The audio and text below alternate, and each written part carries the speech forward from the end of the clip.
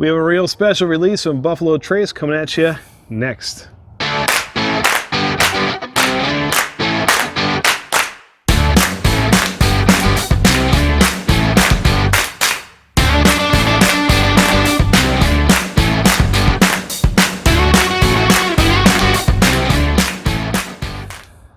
All right, everybody, welcome back to 1090. I am Andy. This is Todd coming at you live from the Tiki Bar here in beautiful downtown Lincoln, Maryland. Nice out. And we've been doing more of this getting together, which I'm liking now as things are starting to reopen. We've been getting together. We've had a couple of reviews as of late. And we're excited today because, to the best of my knowledge, I haven't seen a whole lot of press on this as far as on YouTube doing some reviews. And I was lucky enough at my local liquor store to come across this this limited release. This is going to be an annual release from Buffalo Trace. This is from their Kosher line that they're going to be releasing around Passover every single year now. That started with a collaboration back in 2010 when the distillery founded a partnership with the Chicago Rabbinical Council. So in 2012, the CRC actually oversaw a sale of new American oak kosher barrels in an exclusive contract with a Buffalo Trace. And they were filled with whiskey and put away, and they were specially marked and earmarked kosher whiskey barrels. Cool. And they are now finally being unveiled. Awesome. So there are three releases. One is a high wheat bourbon, one is a rye recipe, which we have here today, and then one is a straight rye, which is interesting because I haven't had a rye from Buffalo Trace under that name exclusively yet, which is kind of cool too. Okay. But hard to find. I'm actually seeing these things flying off the shelves, and also, again, unfortunately, like double, triple the market price. So I've seen them go. So this is $40 MSRP, 94 proof, and I believe they're number 2 mash bill, if I'm not mistaken. But I've seen them going for anywhere from 88 to 100. Like, I mean, so that's just kind of the state of whiskey these days. Yeah. So. But anyway, there was very special care taken in how they produced this. And even when they went to finish, the lines had to be re-cleaned to make sure that everything was kosher and up to standards. Yeah. And this was really meticulously watched, which is nice. It's great because I can tell you, when I worked in a wine shop a long time ago, there was a big outpouring for kosher wine, but we didn't have really anything to offer in terms of good kosher spirits. So there you look, go. There's no one better out there than Buffalo Trace. No. So this distillery knows what they're doing. I'm excited to try this and see, what this tastes like. So Andy, you said this is the rye recipe, and they also have the straight rye. What's the difference between this and that straight rye? So of the three, you've got a high wheat recipe, which you really like. That it's going to be your kind of your Wellers, your Larceny, your Pappy. Yep. Then they have a higher rye content, which is going to fall more in that high rye and malted barley on the tail end of that mash bill.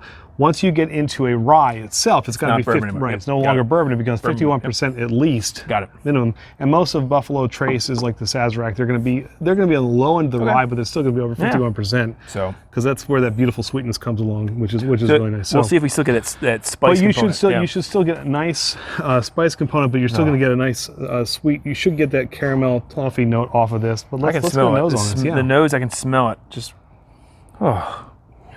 it smells fantastic. It's a really pretty nose. Really pretty nose. I'm not getting a lot of heat on this. It smells sweet. It does. It's got a pretty nose. This has been aged for 8 years, so it's had a lot of time sitting in those barrels. Wow. Well, I'm ready to kind of get into this. What do you think? Well, cheers. Yes, 100%. Cheers.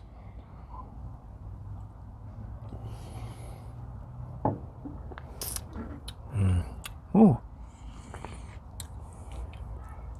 There's a lot going on there. Yeah. What I really like here is there's a nice little bit of spice and bite and pepper kind of coming through at the back end, but you're still tasting a little bit of that oak. You're still getting some of that, the caramel vanilla notes that are popping through on this. 100%. This is a really nice, easy sipping whiskey, to be honest with you. I'm even getting, I don't know why, but it's like a citrus note to it. I don't know if that's, I don't know what it is. That's the sweetness coming through, because I'm not getting as much the caramel. Okay. I don't know what that sweetness is coming. I'm trying to identify where that sweetness is coming from. I'm feeling some of that rye on here. Yeah, and that's cutting through. Yeah, you can definitely it's tell. really cutting through. Which is impressive because it's not a straight rye. The finish isn't crazy long. No. You know, so this kind of falls off a little bit after you take a sip. So sometimes you like that really long, drawn-out finish, and I don't think you're finding it here. But it's very tasty. Man, I like that a lot. This is great, and I think the cool thing is this is going to be an annual release. So you said an easy sipper. That's it's what it is. This really is. Wow. It's easy to sip on, but there's a lot going on here too. It's not.